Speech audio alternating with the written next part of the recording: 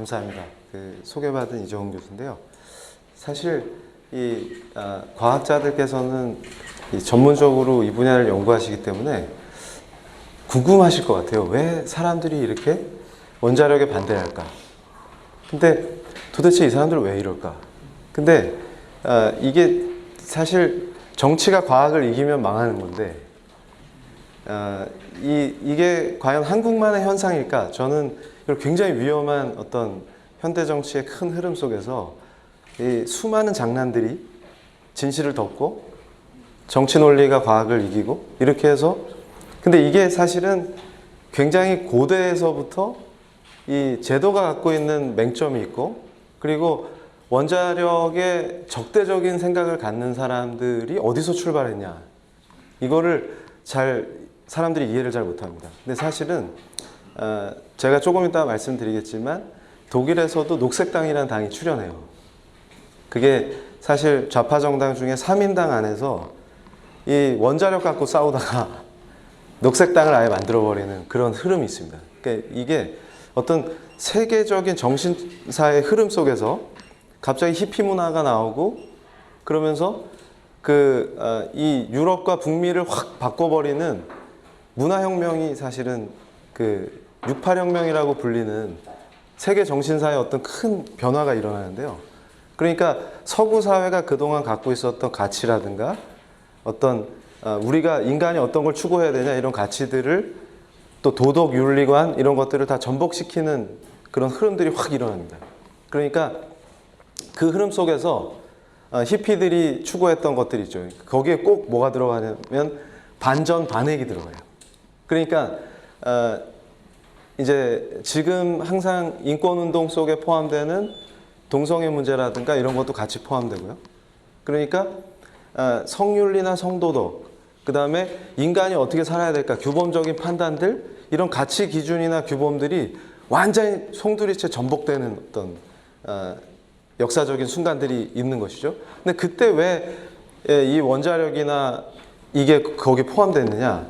그러면 이렇게 버섯구름 그려놓고 반전 반핵, 그러면 그때 만약에 원자력을 지지하는 사람이 나오면은 전쟁 광으로 몰려버린다든가 이런 문제가 발생하는 것이죠.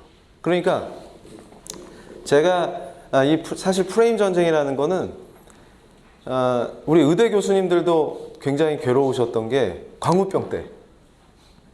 근데 이게 우리 인간이 착각하는 것 중에 하나가 뭐가 있냐면 자기가 되게 합리적인 존재라고 생각하는 거죠.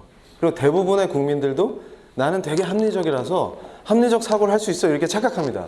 근데 프레임이라는 게 한번 짜지면 국민들이 단순하시기 때문에 그냥 그 프레임 안에서 생각하고 거기서 살아요. 근데 자기는 되게 지금 똑똑하게 합리적으로 생각한다고 하는 거죠. 그러니까 예를 들면 광우병이라는 게 진짜 이렇게 무서운 병인지, 어떻게 하면 걸리는지 관심이 없고, 뭐 한 방에 끝나냐면 뇌 송송 구멍 탁, 그걸로 끝나버립니다. 그러니까 그거 하나가 프레임이 돼서 돌면 갑자기 라면 먹다가도 여기도 소 기름이 들어가면 내 머리에 구멍 뚫리는 거 아닌가, 이렇게 됩니다. 근데 거기서 우리 교수님들이 생각하실 때는 야, 너도 인간인데 한 발 더 나가서 여기서 제시하는 근거가 있는 건지 한번 검증해 보면 어떻겠니, 이런 생각을 하죠. 근데 대부분 그렇게 생각 안 합니다. 그냥 뇌송송 구멍 탁 이러면 그게 순식간에 전파돼요. 근데 이게 도대체 뭐냐 이게. 근데 이게 바로 정치를 지배하는데, 그런 것들을 만들어내는 전문가들이 국민을 선동할 수 있기 때문에 그걸로 민주주의를 파괴할 수 있습니다. 근데 이 사람들은 민주주의를 한다고 하면서 민주주의를 파괴하는 세력들이죠. 그래서 이 역사적 흐름에서 우리는 그러면 학자들은 어떻게 대응해야 될 것이냐. 그럴 때 주로 잘 빠지는 함정이, 저쪽에서 프레임을 치면 합리적으로 논박하면 이길 수 있다고 생각합니다. 근데 교수님들께서 많이 느끼셨겠지만 저도 많이 느끼고, 국민들은 절대 듣지 않습니다. 그러니까 이게 조금 복잡해진다 그러면 벌써 동공이 풀려요. 그러면서 침이 흐르기 시작합니다. 이러면 안 봐요. 제껴버리고. 그리고 특히 또 요즘 젊은 세대는 영상 세대이기 때문에 영상으로 이미지화해서 딱 쏘면, 그러니까 예를 들어서 원자력을 매우 부정적으로 표현하는 영화가 1000만 관객 찍으면 원자력에 반대합니다. 그리고 지금 예를 들어서 깜짝 놀란 게, 제가 학생들이 근현대사를 어떻게 공부하냐 그랬더니 미스터 선샤인을 보면 그게 이제 근현대사 공부이기 때문에 구한말을 이해하는 거죠. 그러면 어떻게 됩니까? 그 판을 깔아놓고 이제 프레임만 던지면 다 넘어오는 거죠. 그래서 이게 사실은 저분들이 전문적으로 하는 문화 투쟁이에요. 그러니까 어떤 이데올로기적인 관점이나 이거를 영상으로 주입해버려요.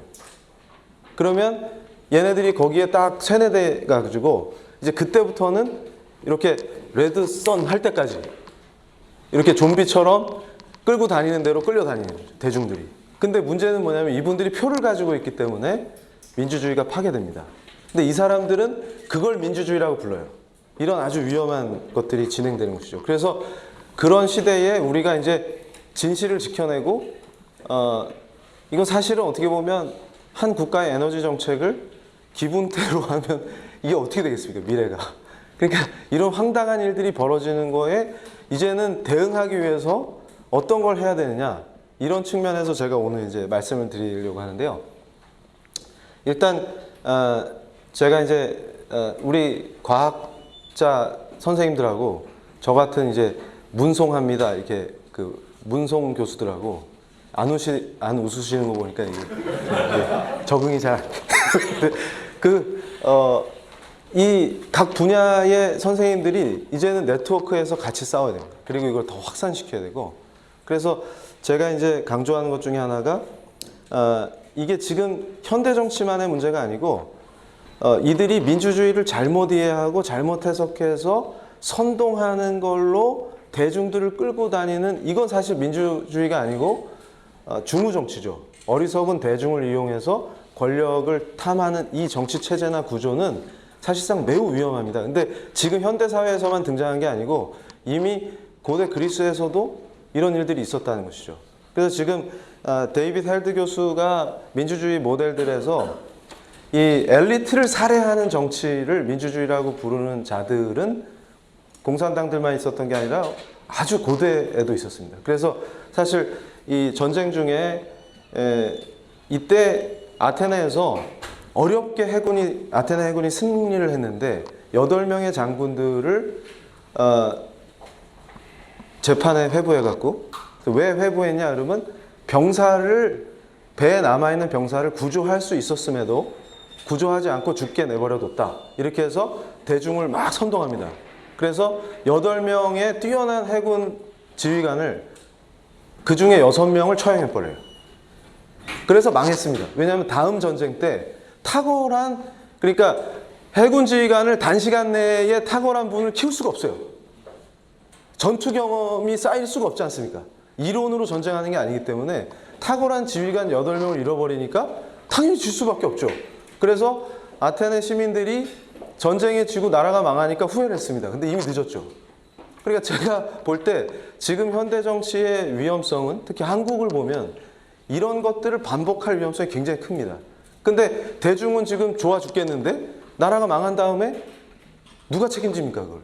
그게 똑같은 현상들이 계속 반복되는데, 제가 재밌는 건 뭐냐면 인류 역사가 항상 반복되는 게 희한한데 비슷합니다. 차이는 지금 뭐 더 발전했냐 덜 발전했냐 이 차이밖에 없고 구조가 같아요. 뭐냐면 주로 공시적인 정보가 아니라 가짜 정보들, 그러니까 비공시적, 그러니까 민회의 대중을 격발시키는, 감정을 격발시키는 정보들이 횡행해요. 그러니까 결국은 왜 병사를 못 구했냐 했더니 폭풍우 때문에 작전이 불가능했었는데, 저 장군들이 병사들 알기를 먹같이 알아가지고 수장시켰다, 이런 식의 비공식적 정보가 퍼집니다. 그때 이 장군들을 죽이고 싶은 자들이 음모를 결합시켜요. 그러니까 비공식적 정보가 음모를 타고 퍼지고, 그때 적대적 파벌들이 엘리트를 죽이자 이렇게 판단하는 거죠. 그럴 때 대중들이 충동을 일으키고 격정을 하는데, 문제는 뭐냐면 이 아테네 최대의 단점은 이걸 견제할 제도가 미비되어 있었다. 그래서 민회는 굉장히 취약해서 민회 구성원들을 충동질하고 선동할 수 있으면 권력을 잡을 수 있기 때문에 그걸로 인해서 나라가 망하게 되는 구조죠. 근데 이거를 민주주의라고 설명하는 자들이 있어요. 그래서 제가 이제 우리나라의 이 탈원전과 이 정치운동을 보면서 설명하는 게 있습니다. 그러니까 베네수엘라 문제랑 연결시키는데요. 왜 그러냐면 이 민중이 직접 지배하는 게 민주주의다. 이런 생각들이 팽배해 있어요. 근데 지금은 뭐냐면 제 또래 판사들조차도 하도 여기에 오염되어 있기 때문에 사고 자체가. 그러니까 법이라고 하는 걸 인식할 때도 잘못된 인식이 들어오는 거죠. 그러니까 민중이 직접 지배하는 것이 진짜 민주주의이기 때문에 그걸 실현해야 된다. 여기에 속아요. 근데 인류 역사에서 민중이 엘리트를 살해하고 직접 지배하는 예는 없습니다. 왜냐하면 그렇게 되면 꼭 망해요. 있을 수가 없는 구조이기 때문에. 근데 이 사람들은 이게 가능하고 그 정치를 할 수 있다고 속입니다. 그래서 결국은 차베스가 엄청난 찬양을 받으면서 등장했죠. 그래서 지금 이게 한국어로 번역돼 가지고 2012년에 나온 책인데요. 지금 중남미 사회주의를 굉장히 찬탄해요. 근데 지금 완전히 베네수엘라가 꼴이 말이 아니죠. 그런데 이때도 보면 뭐냐면 뭐라고 선동했냐면 국민들을 무관심에서 깨어나게 해갖고 자기들이 국가의 주인이다. 그러니까 민중이 직접 지배한다. 이걸 강조하는 거예요. 그래서 순종적이던 백성들이 아니고 이제는 깨어난 강력한 국가의 주인, 주권자로서 등장해야 된다. 이렇게 주장하는 거예요. 그러면서 주로 어떻게 하냐면 헌법이 정해놓은 공식적인 기관이 움직이는 게 아니고 비공식적인 것들이 위원회 형태로 들어와서 정치적 중요한 공적 의사결정을 해버리는 거죠. 그래서 이걸 보면요. 별의 별일이 다 생깁니다. 그러니까 물이 또 굉장히 중요하잖아요. 그럼 물위원회 만들면 물이 안 나와요. 그러니까 왜 그러냐면 이 사람들의 특징이 뭐냐면 선동해서 하기 때문에 전문가들을 배제하려고 하는 게 강렬한 욕망이 있습니다. 그러니까 집단적으로 선동해가지고 야 이제 물도 미제국주의자들 손에 맡기고 자본가들 손에 맡기지 말고 우리 민중이 직접 관리하자 이래가지고 하면은 물이 안 나오는 거예요. 그리고 또 의료 이거 완전 끔찍한 상태가 되는 것이죠. 그러니까 이런 짓들을 반복합니다. 근데 이거를 민주주의라고 포장해요. 그런데 재미있는 게 바로 이렇게 얘기하면 또 이게 현 정부 지지하시는 선생님 기분 나쁘실지도 모르겠지만 지금 정부가 잘하는 게 이 방식입니다. 그러니까 이분들도 머릿속에 뭐가 탑재되어 있냐면 이게 민주주의라고 생각해요. 근데 이게 굉장한 허구라는 거예요. 이런 거는 실제 현실 정치에서 거의 불가능하다는 거예요. 그럼 어떻게 해야 되냐? 그래서 제가 상당히 재밌어 했던 게 한겨레 신문에서 이 원자력과 관련된 공론화를 탈원전 논의로 본 수기 민주주의의 길 이런 기사를 냈었어요. 제가 그래가지고 이 수기 민주주의 이렇게 번역하는데 심유민주주의라고도 하고 이게 이제 여러 민주주의 모델 중에서 현대적 관점에서 대안으로 등장한 민주주의 이론입니다. 근데 제가 막 웃었어요 이거. 그러니까 이 사람들이 하는 방식은 전혀 수기 민주주의도 아닐 뿐더러 수기를 하지 못하는 사람들이죠. 그러니까 깜짝 놀랐어요. 그래서 아니 이런 거짓말을 한단 말인가? 그러면서 중우 정치는 민주주의를 파괴하는 거지 절대 민주주의가 아니다 이거죠. 그러니까 무슨 얘기냐면 오히려 지금 이 수기민주주의라는 이론을 제시한 탁월한 이론가 중에 존 롤즈가 있죠. 정의론으로도 유명한. 그 롤즈는 오히려 다수결에 의한 횡포로부터 법치를 기반으로 한 그러니까 입헌 질서가 정착된 법치를 전제로 한 민주주의를 파괴하는 것을 막기 위해서 중점을 두는 게 수기민주주의입니다. 그러니까 뭐냐면 다수결이 장땡이다 이러면은 그냥 다수만 선동하면 끝나는 거잖아요. 근데 다수가 원하는 게 진리냐? 그럼 전혀 관계없거든요. 그러니까 예를 들어서 전문가가 생각할 때 말도 안 되는 얘기를 많은 사람이 믿어주면 그게 진리가 되는 게 아니죠.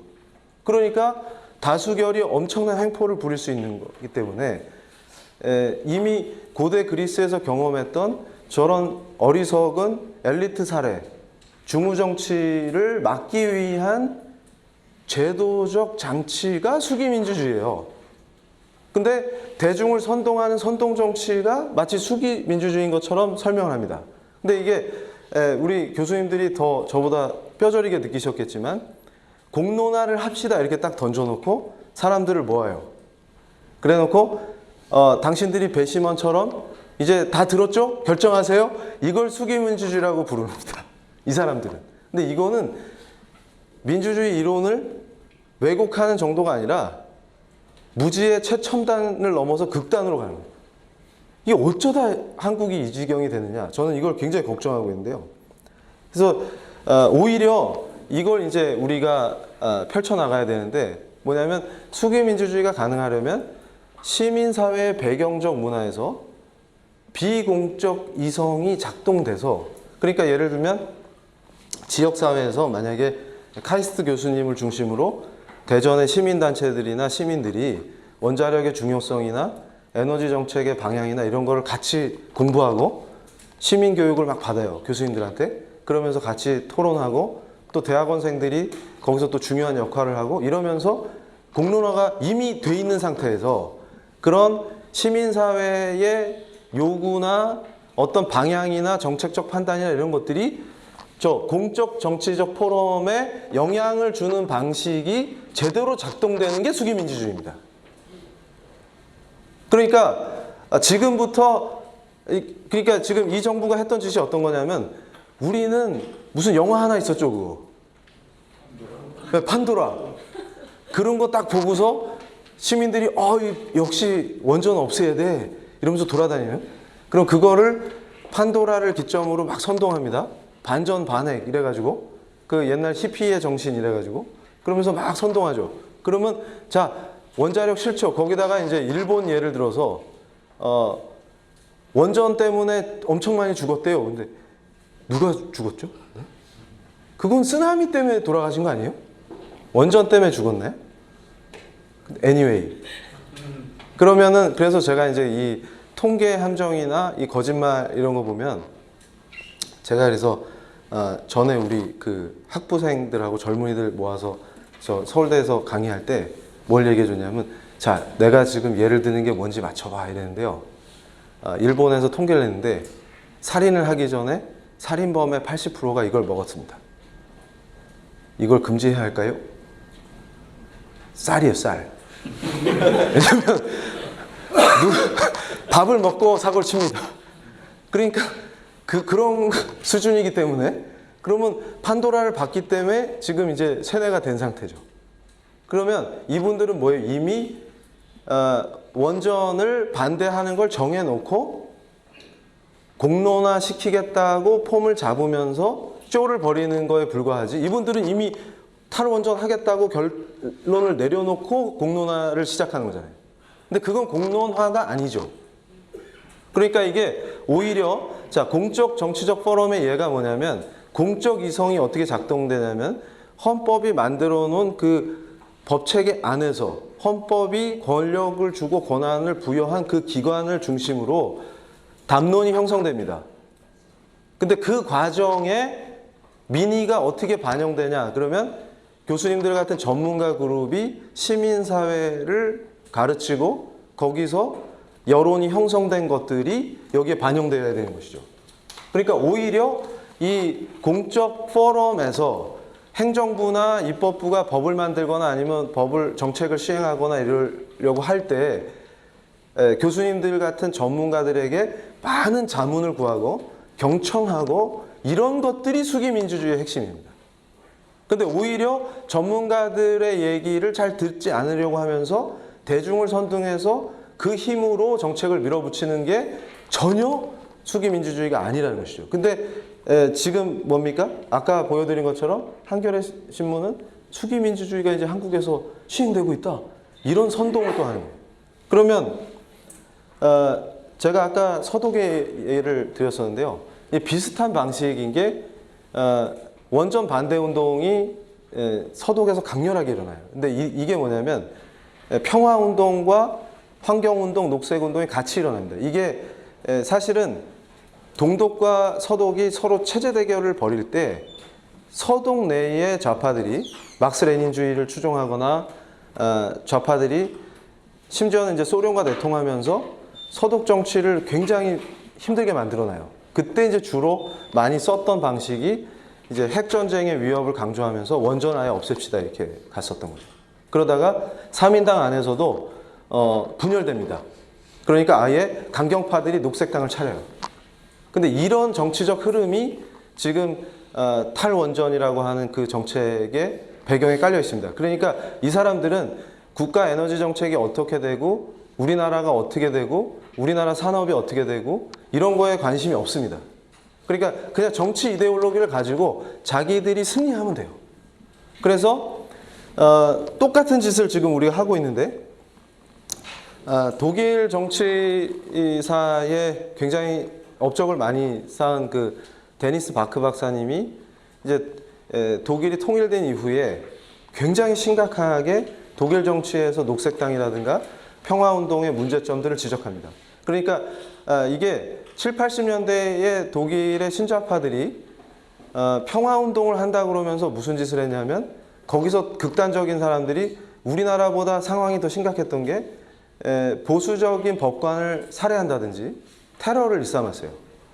그런 복잡한 문제들이 있습니다. 그 안에서 평화와 환경을 강조했던 사람들이 저런 정치운동을 했어요. 근데 이 데니스 바크 박사님은 뭘 얘기했냐면 황당한 거죠. 그러니까 이 사람들은 원전을 없애면서 친환경을 강조했는데 오히려 통일된 다음에 동독 지역에 들어가 봤더니 동독 지역이 환경이 엉망진창이었다는 거예요. 왜냐하면 기술력이 약하고 이러니까 화석연료로 전기를 생산하고 그러면서 석탄도 아니라 뭔 이상한 탄을 떼가지고 완전히 갈탄을 써가지고 완전 다 파괴돼 있었다. 그래서 이게 다 허구구나. 그러니까 이 사람들은 선동해서 정치적으로 이기는 게 목적이지 국가의 미래라든가 진짜 제대로 된 에너지 정책이라든가 이런 거에 아예 관심이 없는 사람들이다. 그러니까 이 사람들이 바로 정치꾼들입니다. 근데 저는 어떻게 생각하냐면 이제 한국 정치가 발전하려면 전문가들이 이런 꾼들을 어떻게 잡을 것이냐. 그래서 제대로 된 정말 합리적이고 정상적인 국가 그리고 이 사람들이 얘기하는 가짜 수기민주주의가 아니라 전문가들의 의견이 공적 담론에 반영이 되는 제대로 된 민주주의 국가를 만들어낼 것이냐.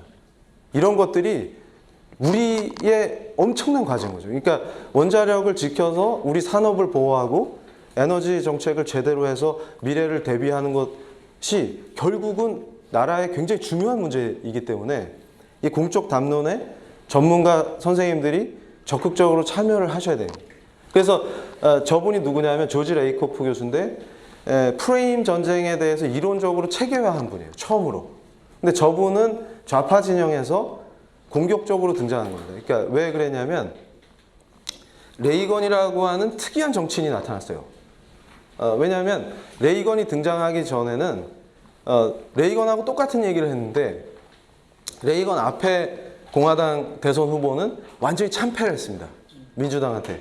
근데 그때 민주당이 그 후보에게 더 씌웠던 이미지가 뭐냐면 해구산, 그러니까 버섯구름 있죠. 그래서 전쟁광, 핵에 미친 사람 막 이렇게 이미지를 만들어가지고 쓰러뜨렸습니다. 근데 이제 문제는 레이건이 등장한 뒤로 좌파들이 쓰러지는 거예요.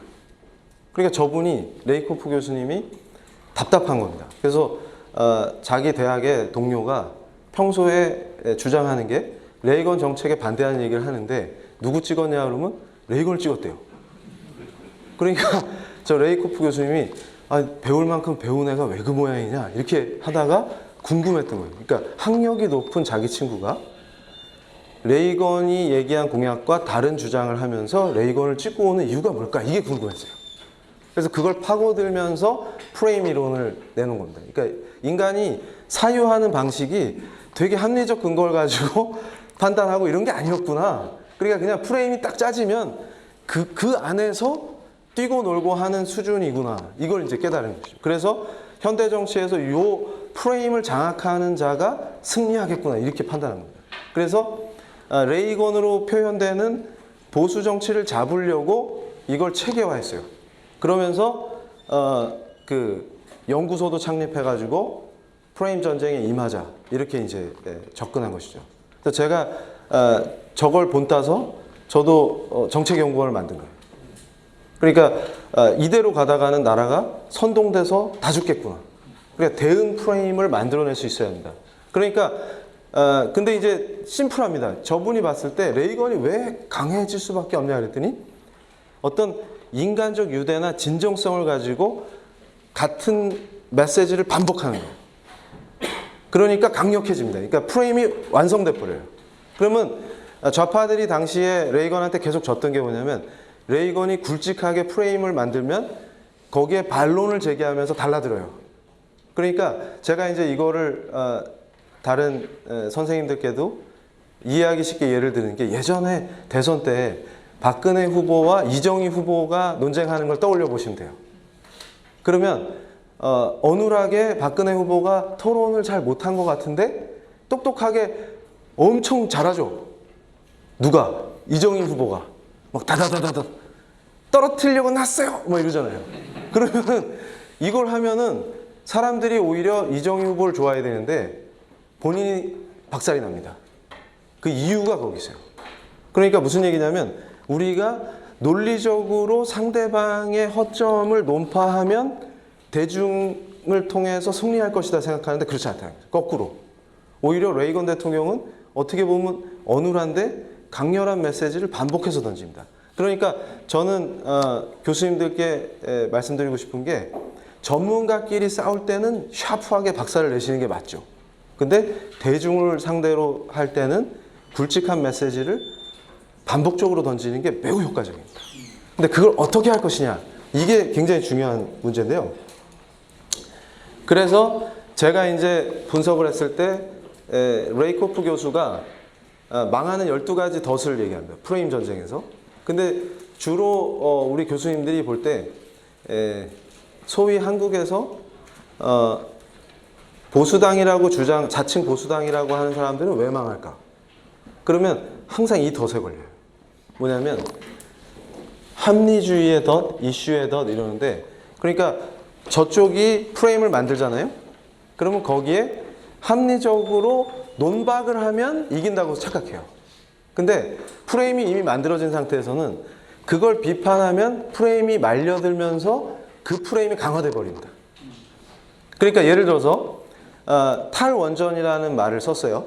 근데 탈원전 반대 이러면서 그 사람들이 내놓은 거를 조목조목 대중 앞에서 비판하면 탈원전이라고 하는 프레임이 강화돼 버립니다. 그러니까 중요한 거는 여기서 12가지 덫을 다 설명할 필요가 없고요. 딱 그것만 생각하시면 돼요. 프레임이 만들어졌을 때는 프레임에 대응하지 말고 역프레임을 짜라.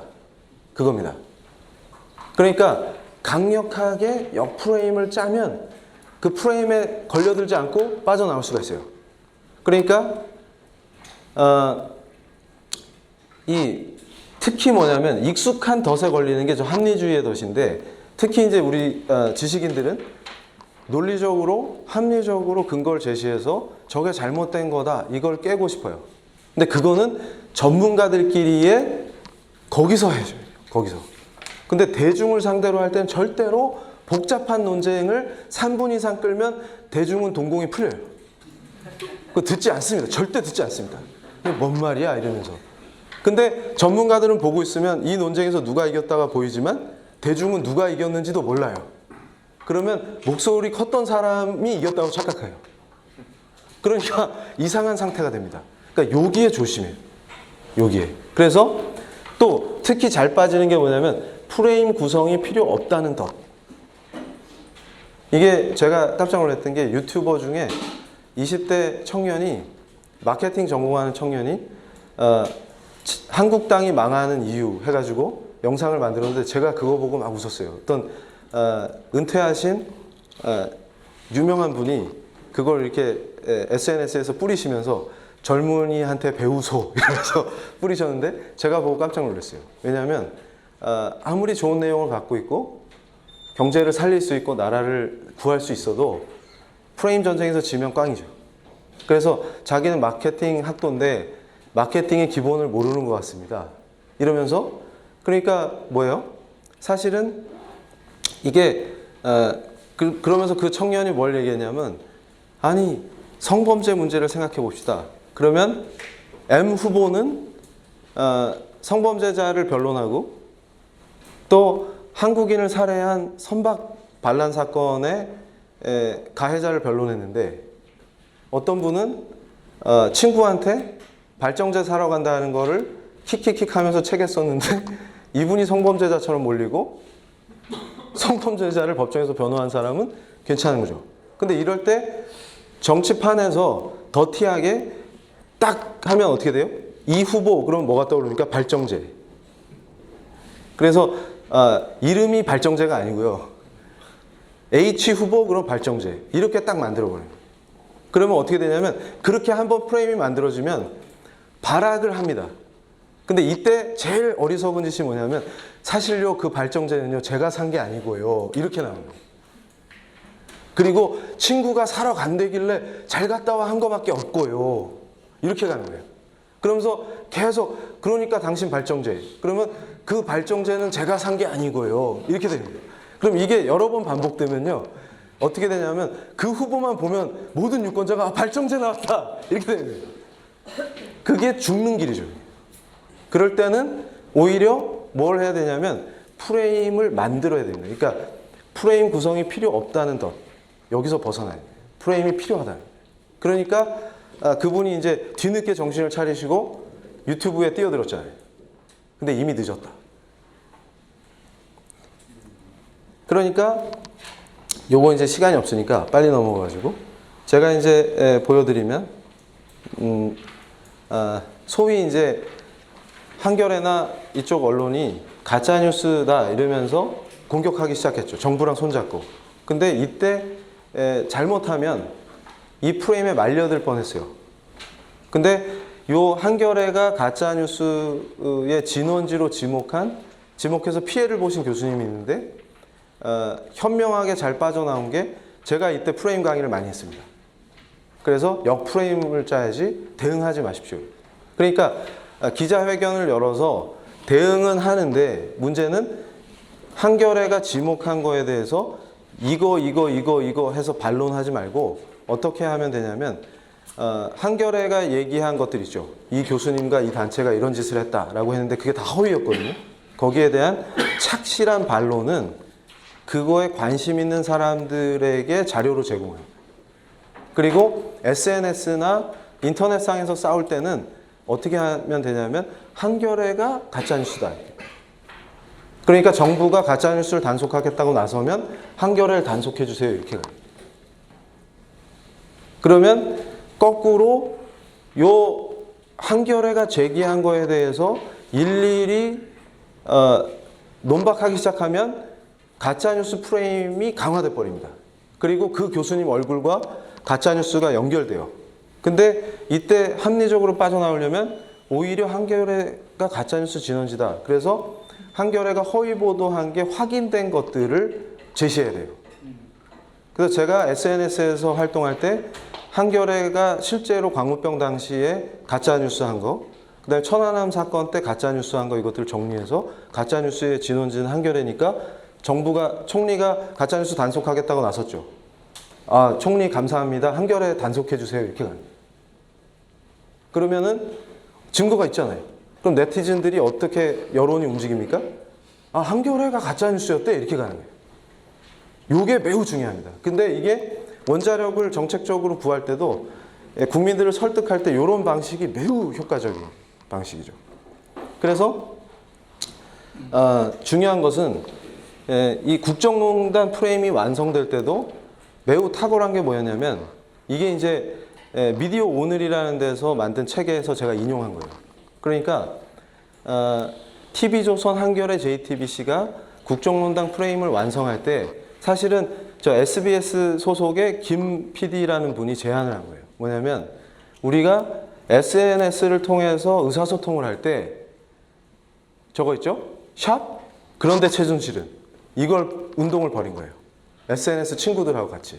그러니까 무슨 얘기냐면 이제 잊혀질만 해요. 그러니까 보통 우리 한국 분들이 또 빨리 잊어버려요. 막 끌어올릴 때는 뜨겁게 올랐는데 금방 식어요. 근데 요걸 안 식히려면 어떻게 되냐면 이런 거예요. 자, SNS에서 밥 먹었냐? 먹었지? 이러면은 샵 그런데 최순실 이렇게 하는 거예요. 그래서 그 운동을 벌이니까 페이스북, 뭐 트위터, 카톡, 온갖 SNS에서 사람들이 재밌잖아요. 그러니까 어떻게 하냐면 오늘 원자력 그거 워크샵 서울대에서 몇 시에 해? 그랬더니 이제 답변하는 교수님이 1시 반이래. 샵 그런데 최순실은 이렇게 이거를 계속 확산시켰어요. 그랬더니 완전히 공고해져 버렸습니다. 근데 이거에 대응하는 이제 바보들의 방식은 뭐냐면 누가 단식을 시작했어요. 그러면 이제 어떻게 합니까? 조롱하면서 야 근데 단식하는 애가 피부가 뽀얘진다 야 몰래 뭐 먹는 거 아니야? 이러면서 관심이 글로 가요. 그래서 뭘 먹었대 이렇게 그러면서 야 이정현이 뭐 먹었대 샵 그런데 최순실은 이렇게 가는 거예요. 그러다가 이제 김제동이 나와서 막 뭘 쇼를 하죠. 그러면 이제 그거 갖고 또 그걸 퍼뜨리면서 김제동이 이런 얘기했대 깔깔깔 크크크 해놓고 샵 그런데 최순실은 이렇게 됩니다. 그러다가 송민순 전 장관이 회고록을 냈어요. 이거 굉장히 임팩트 있는 건데 이것도 확 묻히죠. 그러고 나서 개헌 얘기를 던졌어요. 망하는. 근데 이걸 어떻게 빠져나오는지를 제가 다른 강의에서 설명했는데 지금은 시국이 매우 위험함으로 제가 생략하도록 하겠습니다. 제 안전을 위해서. 그래가지고 이런 식으로 가는데 그럼 이제 우리가 어떻게 해야 되냐 그럴 때 제가 매우 긍정적인 사인을 봤어요. 뭐냐면 젊은이들이 핵 인싸라는 걸 하더라고요. 그러니까 인싸가 매우 좋은 겁니다. 인싸가 안 되면은 딸을 당하기 때문에. 근데 진짜 완전 인싸다를 표현할 때 핵 인싸를 하는 거예요. 근데 그 핵 인싸를 원자력 지지의 그 표로 걸면 아주 훌륭한 거죠. 그러니까 이 젊은이들이 이 프레임 전쟁에 능숙합니다. 얘네들이 많이 해봤기 때문에. 그러니까 핵인싸 이런 걸 키워야 돼요. 그러면서 제가 이제 페이스북을 하다 보면은 원바로라고 하는 페이지가 등장했어요. 이런 거 아주 좋습니다. 그러니까 이런 것들이 어떻게 전략적으로 등장하느냐. 그러면서 샵 땡땡땡 이런 거를 굉장히 많이 펼쳐나가야 됩니다. 그리고 예를 들면 원자력 친환경 이런 프레임이 만들어지도록 하는 것도 매우 중요하고요. 그러니까 지난번에 이거 좀 국민들한테 죄송한 얘기지만 미세먼지가 악화되면 저는 이게 엄청 기회라고 봅니다. 이런 것들을 100% 활용해야 돼요. 그런데 그것도 끝으로 이제 이걸 좀 말씀드리고 싶은 게 연대가 필요합니다. 연대가. 그러니까 전문가들의 진실을 향한 호소 이것만으로는 안 되고 여러 분야가 연대를 해야 돼요. 그래서 제가 마지막으로 이제 드릴 말씀은 뭐냐면 미국에서 그 컨서버티브 이 정치 운동이 성공할 때 그러니까 주로 주류 언론하고 공중파하고 이 싸움인데요. 공중파를 이미 특정 정치 세력이 장악했을 때 어떻게 해야 되냐? 매우 힘들죠. 그런데 지난 중간 선거 때 미국에서 선거를 승리로 이끄는 과정에서 가장 강력한 영향력을 끼친 단체가 ACU입니다. ACU. 근데 ACU가 정례적으로 하는 게 컨퍼런스가 CPEC이에요. 근데 이런 걸 통해서 뭐냐면 각 분야의 전문가들이 여기서 정책을 내놓고 또 이제 젊은이들의 2부 리그까지 있기 때문에 이게 굉장히 확산 속도가 높습니다. 그러면서 이분들이 하는 활동 중에 뭐가 있냐면 리더십 인스티튜트인데 이게 LI로 줄여서 얘기하는데 요게 각 주의 주요 도시마다 이 은퇴한 분들의 재능 기부 그 다음에 이 미국을 걱정하는 사람들의 연합 이런 걸 통해서 유지돼요. 근데 그걸 통해서 아무리 CNN이 페이크 뉴스를 만들어내도 별로 영향력이 없어지는 거죠. 거꾸로. 그러니까 지금 사실 MBC 뉴스가 시청률이 매우 저조하죠.